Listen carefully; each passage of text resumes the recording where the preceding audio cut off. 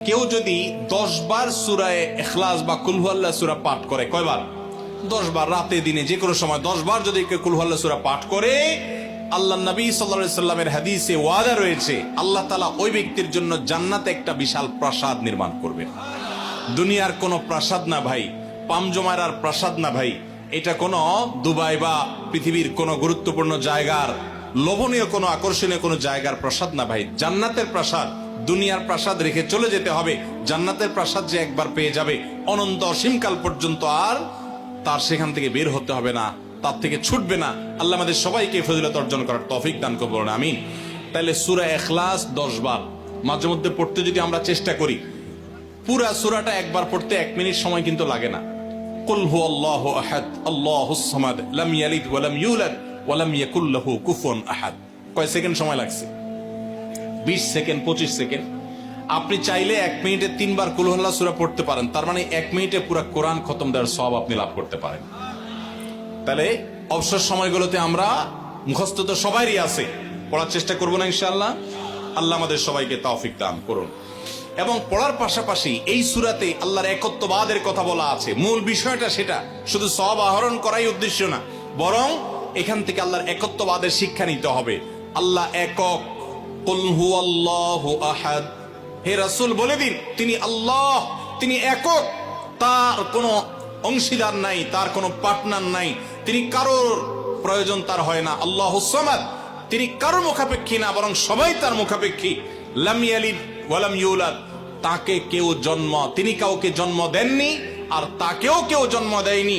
ওয়া লাম ইয়াকুল লাহু কুফুয়ান আহাদ, তার কোনো সমকক্ষ নাই। ভাইরা আমার, আমাদের সমাজে এক শ্রেণীর নাস্তিক আছে, বরং সকল নাস্তিক ইসলাম এবং মুসলমানদের প্রতি বিদ্বেষ লালন করে, তাদের বড় অংশ।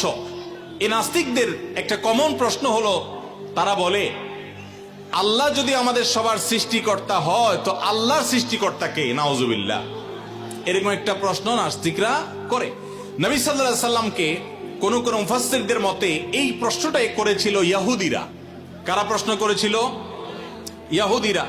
সেই জবাবে আল্লাহ তাআলা এই আয়াত নাজিল করেছেন এবং জানিয়েছেন যে আল্লাহ তিনি কারোর জন্ম দেওয়ার মুখাপেক্ষী নন, তাকে কেউ জন্ম দেয়নি, তিনি কারোর মুখাপেক্ষী নন। এখন প্রশ্ন হতে পারে, আচ্ছা আল্লাহ তাআলা তিনি আমাদের সৃষ্টি করলেন বুঝলাম, তাহলে আল্লাহকে কে সৃষ্টি করলো? যেটা নাস্তিকরা করেছে। এই প্রশ্নটা একটা অমূলক প্রশ্ন এবং ভুল প্রশ্ন। এই প্রশ্নটা একটা ভুল প্রশ্ন। কিভাবে ভুল প্রশ্ন? আল্লাহ তাআলা কি সৃষ্টি না স্রষ্টা? সবাই উত্তর দেন। আল্লাহ কি সৃষ্টি নাকি সৃষ্টিকর্তা? আল্লাহ যদি সৃষ্টিকর্তা হন, স্রষ্টা হন, তাহলে তার আবার যদি সৃষ্টিকর্তা খোঁজেন, সৃষ্টিকর্তার জন্য যদি আবার সৃষ্টিকর্তা খোঁজেন, তাহলে তিনি তো আর সৃষ্টিকর্তা হলেন না, তাহলে তিনি সৃষ্টি হয়ে গেলেন। কথা বুঝেন নাই? যার স্রষ্টা থাকে তাকে সৃষ্টি বলে। আমার একজন স্রষ্টা, এক সত্তা আছে, স্রষ্টা, যিনি আমাকে সৃষ্টি করেছেন, আপনাকে সৃষ্টি করেছেন, তাহলে আমরা হলাম সৃষ্টি। যাকে কেউ সৃষ্টি করে তিনি হলেন সৃষ্টি। আমাদের আল্লাহর যদি আরেকজন স্রষ্টা আপনি খোঁজেন, তার মানে আপনি আল্লাহকে সৃষ্টি মনে করতেছেন। আসলে আল্লাহ তো সৃষ্টি না, তিনি হলেন কে? স্রষ্টা। স্রষ্টার আর কোন সৃষ্টিকর্তার প্রয়োজন। যদি বলেন যে আল্লাহরও আবার সৃষ্টিকর্তা লাগবে, তখন তো প্রশ্ন আসবে সেই সৃষ্টিকর্তার আবার সৃষ্টিকর্তাকে?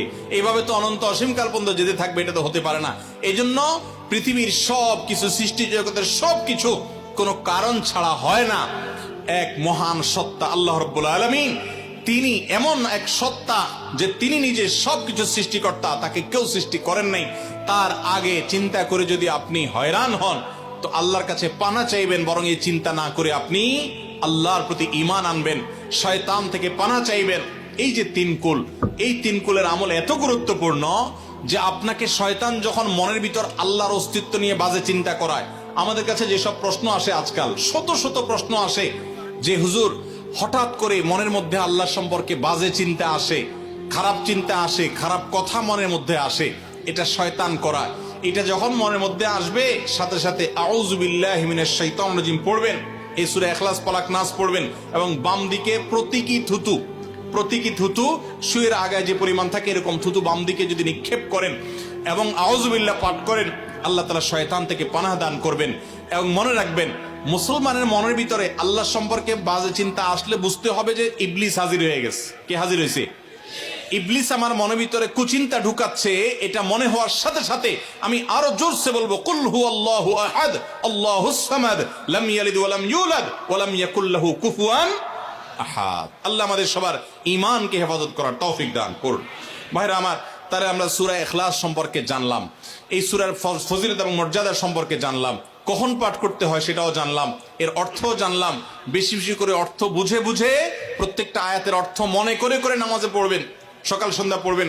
কুল, হে রাসূল বলুন, হুয়াল্লাহু, তিনি আল্লাহ আহাদ, একক, আল্লাহুস সামাদ, তিনি কারো মুখাপেক্ষী না, সবাই তার মুখাপেক্ষী, তার কোনো স্রষ্টার প্রয়োজন নাই, সবার স্রষ্টা তিনি।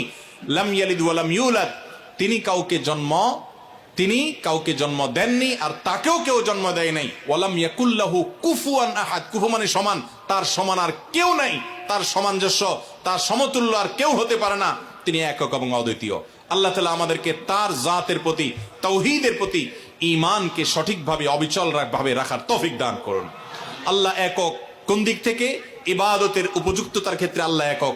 ইবাদত আর কেউ পাওয়ার উপযুক্ত নাই। সমস্ত ইবাদত, সকল দোয়া, সকল প্রার্থনা শুধু কার কাছে হবে? অতএব কোনো বিপদে পড়লে কোনো মাজারে গিয়ে, কোনো মৃত মানুষের কাছে, কোনো মুর্দা পীরের কাছে, কোনো অদৃশ্য শক্তির কাছে সাহায্য চাইলে সেটা শিরক হবে, ঈমান নষ্ট হবে। সাহায্য চাইতে হবে সাথে সাথে কার কাছে? আল্লাহর কাছে। ভাইরা আমার, আমাদের অনেক মুসলমান ভাই আছে আল্লাহর কাছে সাহায্য চাইতে জানে না, আল্লাহর কাছে সাহায্য চাইতে জানে না, তারা বিভিন্ন মাজারে চলে যায়, শিরক করে ঈমানকে নষ্ট করে ফেলে। মনে রাখবেন, আমাদের সাধারণ মানুষের অনেকের মধ্যে একটা রোগ আছে, মনে করে যে আমার গুনাহগারের কথা কি আর আল্লাহ শুনবেন? এই মানসিকতা আমাদের অনেক মধ্যে আছে না নাই? অনেকে দেখবেন নিজে দোয়া করে না, হুজুরের কাছে শুধু দোয়া চায়। হুজুরের কাছে দোয়া চাওয়াটা গুনাহের কথা না, এটা জায়েজ, চাওয়া যায়, কিন্তু নিজে না করে সারাদিন শুধুমাত্র হুজুরের কাছে দোয়া চাওয়াটা ভুল। আপনি নিজে আল্লাহর কাছে দোয়া করা শিখবেন। আল্লাহ বলেছেন যে উদউনি আস্তাজিব লাকুম, তোমরা আমার কাছে দোয়া করো। আল্লাহ বলেছেন আমি তোমাদের দোয়া কবুল করবো, আল্লাহ ওয়াদা করেছেন।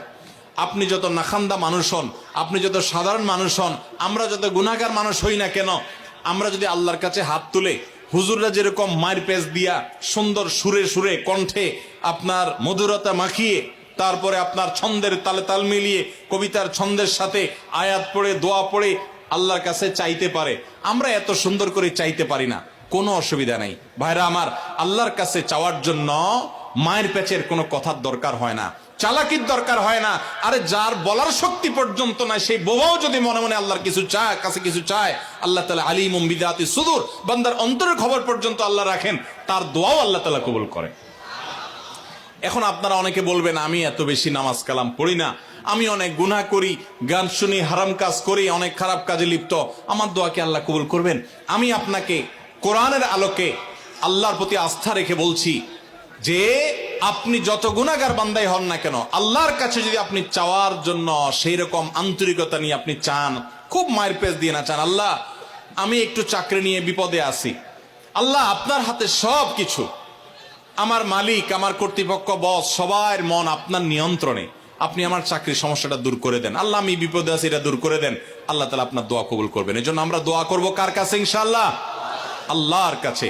ওয়াইদা সাআলতা ফাসআলিল্লাহ ওয়াইদা ইসতাআনতা ফাসতাইন বিল্লাহ। নবী সাল্লাল্লাহু আলাইহি ওয়াসাল্লাম শিক্ষা দিয়েছেন তার এক সাহাবীকে, চাইবা যখন আল্লাহর কাছে, সাহায্য চাইবা আল্লাহর কাছে। আল্লাহ আমাদের সবাইকে তৌফিক দান করুন। স্যার, সূরা ইখলাসের মূল শিক্ষাটা হলো, সূরা ইখলাস আমাদেরকে তাওহীদবাদী হতে শিখায়, একত্ববাদের শিক্ষা দেয়। ইহুদিরা তারা উযাইর আলাইহিস সালামকে আল্লাহর পুত্র বলে, নাউজুবিল্লাহ। খ্রিস্টানরা ঈসা আলাইহিস সালামকে আল্লাহর পুত্র বলে, নাউজুবিল্লাহ। মারিয়ামকে আল্লাহর স্ত্রী বলে, নাউজুবিল্লাহ। মক্কার মুশরিকরা ফেরেশতাদেরকে আল্লাহর কন্যা বলে, নাউজুবিল্লাহ।